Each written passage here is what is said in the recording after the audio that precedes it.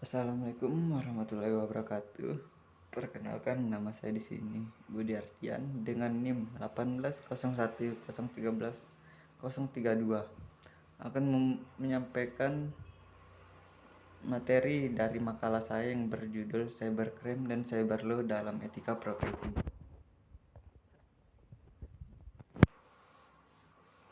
Saya mengambil materi ini berlatar belakangkan karena teknologi informasi saat ini menjadi pedang bermata dua, karena selain memberikan kontribusi sebagai peningkatan kesejahteraan, kemajuan dan peradaban manusia, sekaligus menjadi sarana efektif pembuatan melawan hukum. Salah satu perkembangan teknologi yang sering digunakan dan dibutuhkan semua kalangan masyarakat adalah komputer.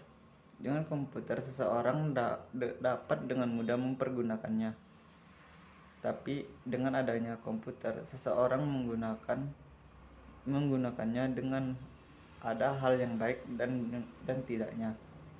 Cybercrime dan cyberlaw, di mana kejahatan ini sudah melanggar hukum dalam teknologi dan seorang yang mengerjakannya dapat dikenakan hukum pidana dan perdata. Makalah ini disusun bertujuan untuk memberikan edukasi tentang tindak lanjut kejahatan melalui media internet dengan sebutan cybercrime dan cyberlaw agar lebih mudah dimengerti oleh audiens, khususnya untuk para pengguna media online. Makalah ini merupakan informasi yang harus diaplikasikan dalam menggunakan media internet sebagai tempat untuk melakukan berbagai aktivitas dengan baik dan hati-hati. Sebelum kita mengenal lebih jauh tentang cybercrime dan cyberlaw, kita harus mengenal dulu Undang-Undang Informasi dan Transaksi Elektronik, yaitu ketentuan yang berlaku untuk setiap orang yang melakukan perbuatan hukum sebagaimana diatur dalam Undang-Undang ITE ini tersebut. Undang-Undang ITE mengatur berbagai perlindungan hukum atas kegiatan yang memanfaatkan internet sebagai medianya, baik transaksi maupun pemanfaatan informasinya. Pada Undang-Undang ITE diatur juga berbagai ancaman hukuman bagi kejahatan melalui internet. Cybercrime adalah istilah yang mengacu kepada aktivitas kejahatan yang menggunakan komputer atau jaringan komputer menjadi alat, sasaran, atau tempat terjadinya kejahatan. Terjadinya cybercrime ini karena beberapa motif, yaitu motif cybercrime yang menyerang individu, kejahatan yang dilakukan terhadap orang lain dengan motif dendam atau iseng yang bertujuan untuk merusak nama baik, mencoba atau mempermainkan seseorang untuk mendapatkan kepuasan pribadi. Yang kedua yaitu motif cybercrime yang menyerang hak milik, kejahatan yang dilakukan terhadap hasil karya seseorang dengan motif menggandakan, memasarkan, mengubah yang bertujuan untuk kepentingan pribadi atau umum demi materi dan non materi.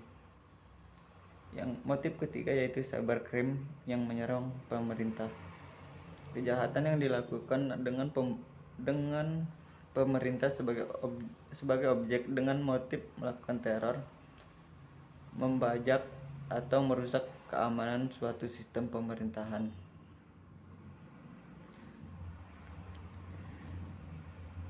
Pada cybercrime dikenal juga beberapa faktor penyebab, yaitu faktor teknis, saling terhubungnya antara jaringan yang satu dengan yang lain mempermudahkan pelaku kejahatan untuk melakukan aksinya.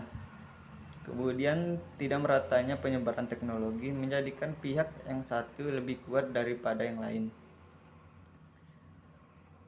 Yang kedua yaitu faktor sosial ekonomi, yaitu di mana isu global yang kemudian dihubungkan dengan kejahatan tersebut adalah keamanan jaringan. Keamanan jaringan merupakan isu global yang muncul bersamaan dengan internet.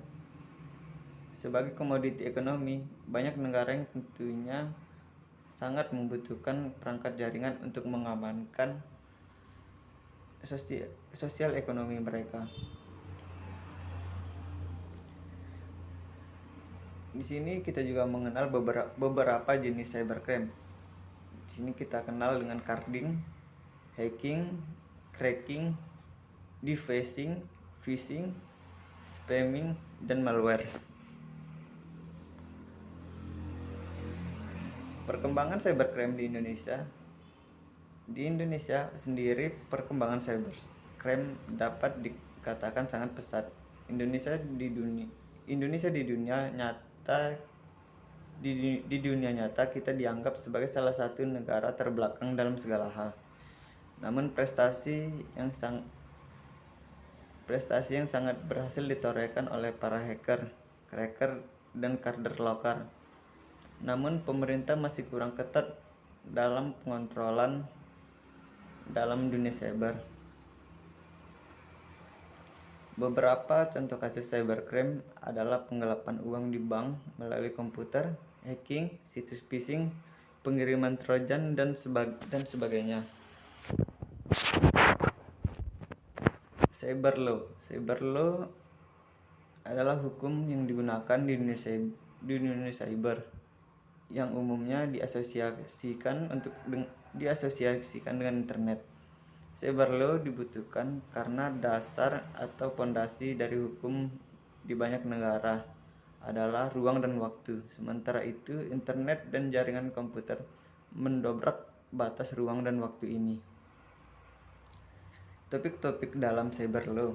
Secara garis besar, ada 5 topik dari cyber law di setiap negara, yaitu information security, menyangkut masalah keautentikan pengirim dan integrasi dari pesan yang mengalirkan melalui internet. Online transaction meliputi penawaran, jual beli, pembayaran sampai pengiriman barang melalui internet. Yang ketiga yaitu right in electronic information, soal hak dan hak-hak yang muncul bagi pengguna maupun penyedia konten. Topik keempat yaitu regulation information content, sejauh mana perangkat hukum mengatur konten yang dialirkan melalui internet. Yang topik kelima yaitu regulation online contact, tata krama dalam berkomunikasi dan berbisnis melalui internet, termasuk perpajakan, restriksi ekspor impor, kriminalitas, yurisdiksi, dan sebagainya.